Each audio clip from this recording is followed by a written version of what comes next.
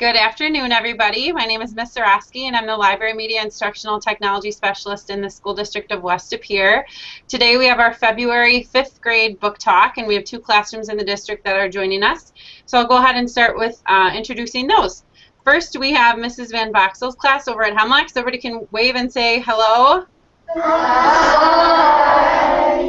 And we have Mrs. Clicka/Mr. Smith's class over at Westwood Elementary, so everybody can wave and say hi from there too. Hi. And we can all wave and say congratulations to Mrs. Click on her new baby. Congratulations! Okay. All right, so I'm going to start out sharing a couple books, and then we have some 5th graders that are ready to share too. So I just learned something today that February 11th, which is next week, is actually National Inventors Day. I had no clue that that was happening, but pretty cool. Raise your hand if you've ever invented anything or you had an idea to invent something before to make your life easier. Oh wow, look at all those hands. We have lots of inventors.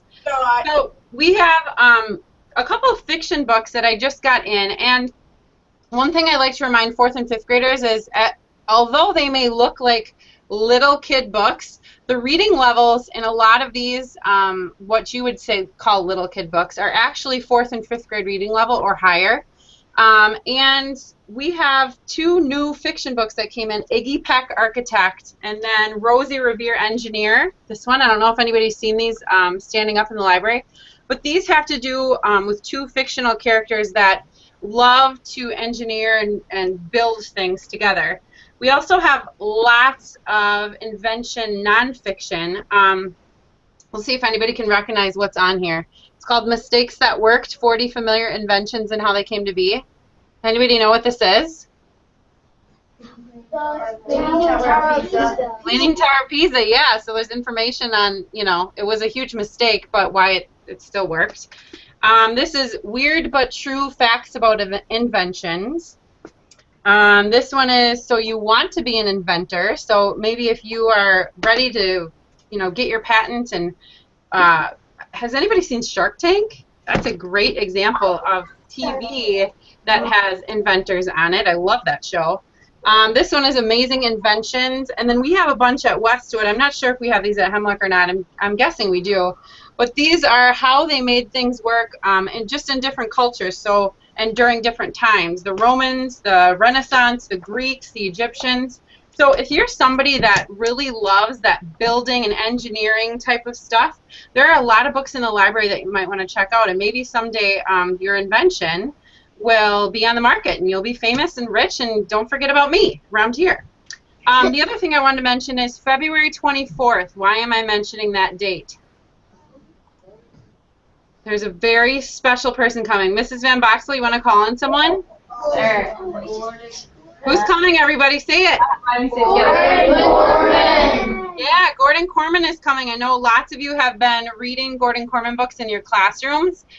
He is a pretty big deal, actually. He's a pretty big author. And I just want to remind you, we have lots of books in the library and in our ebook collection from Gordon Corman. And I'm going to crack a deal with you, too. If any of you have questions for Gordon, write them down. Your teacher can collect them, and I'm actually going to pick some of those so that you can ask him a question at the assembly. I'm also going to try to get some autographed books from him, and this goes for all 5th grade classes that are tuning in too, not just the ones that are participating today. But get me those questions, and I'll pick some out so that I can ask them during the assembly, or you can ask them.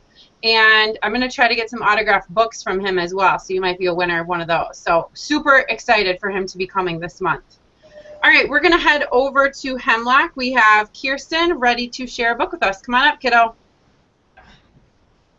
Hi, Kirsten. Hi. Ooh, a good one. Go ahead and tell us about the book. My name is Kirsten. My teacher is Miss Van Boxel. The title of my book is called Out of the Dust. The book is about a little girl who lives in Oklahoma and scars her hands inside and out.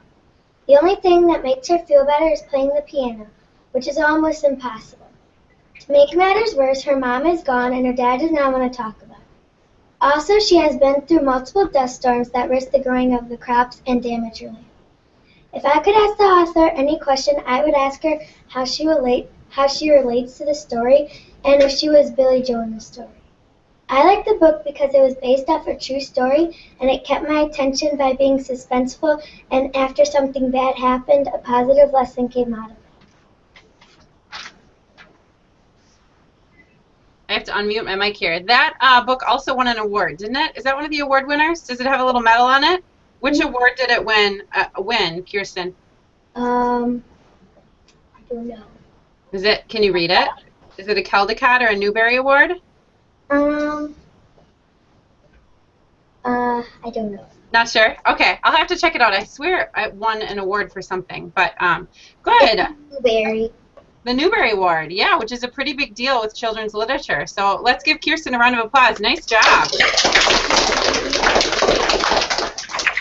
We're going to head over to Westwood, and we have Carly is going to be sharing a book with us. Come on up, kiddo. Ooh, should we still let her do the book talk with the Seahawks jersey on? Just kidding. I had to give you a hard time. What book are you going to share with us? I'm reading the book 11 Birthdays. My name is Carly, and I'm in Miss Clicker's class. And this book is about two kids, and on their first birthday, they learned to walk. On their fifth, they planted seeds in the handmade pots. On their 10th, they learned there are some words you can never take back.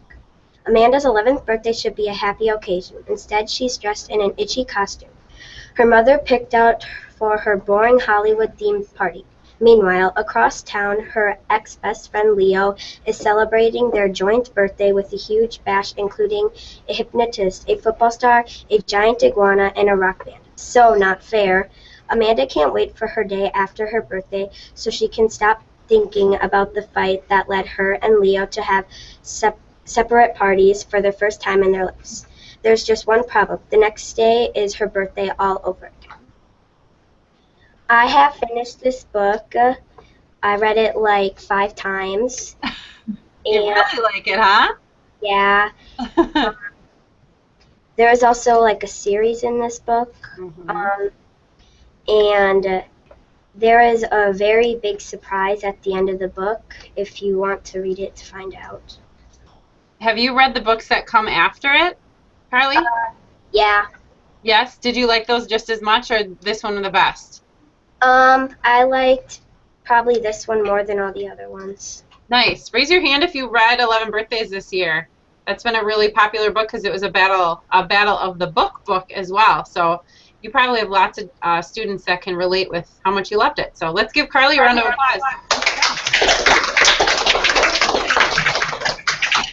All right, back to Mrs. Van Boxel's class for Max. Come on up and share your book with us. Hi, I'm Max, and I'm in Miss Van Boxel's class, and the book I read is Hoot.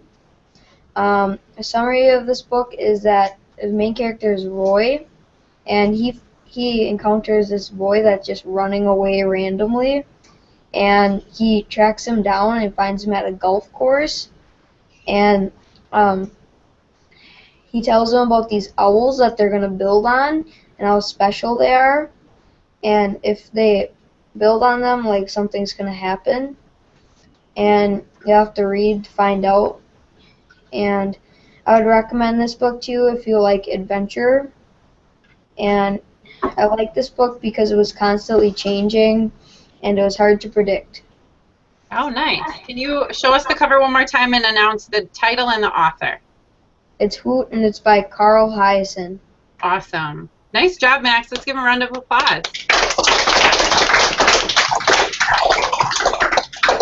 I haven't read that one, Max. I'll have to add it to my list, my never-ending list. Hannah is next from Mr. Smith's class. Come on up, Hannah. I am reading Harry Potter and the Prisoner of Azkaban. And my name is Hannah, and I'm in Mr. Smith's class. And I have finished this book. I finished it just yesterday, actually. But it was really, really good. And if I could ask J.K. Rowling, which is the author, one question, I would ask her how she came up with all the amazing twist endings and all the sudden surprises in it. And the book is about, Harry Potter is a third year at Hogwarts, their school, and there's this murderer named Sirius on the loose. He escaped from a prison, which is Azkaban, and he was accused of murdering a small man named Peter Pettigrew, and he's after Harry Potter, and they have to, and they're trying to protect him. And they are getting these creatures called the Mentors, which they suck your soul out and all the happiness. And I liked mostly everything in the book because it was full of adventure and surprises. Yeah. It's funny that you mentioned Harry Potter because we're focusing on science fiction and fantasy in the library for 5th grade this month, if anybody noticed that or remembers that from this week and last week. And I was going to mention Harry Potter, and I didn't. So I'm really excited that you did. I know our Harry Potter books are so well loved here that I actually just ordered a brand new set because they're kind of falling apart. Have you read all of them, Hannah? No, I'm reading the 4th book right now. Have you watched the movies to go with them yet, or are you waiting? I still have to watch the 7th and the 8th movie. Nice. It'll be interesting to compare what you like better, the book or the movie. What have you liked so far better? I liked the book because it gave more detail. Yeah, that's what I hear usually from everybody too. So, alrighty, that concludes our presenters for the book talk today. Thanks for tuning in. If you're not one of the presenting classes, we will see you not next month because it's Read Across America Week at the first week of March. And many of our classrooms will be connecting with other classrooms in other states in the country. So we'll be back in April. See you later, everybody. Have a good day.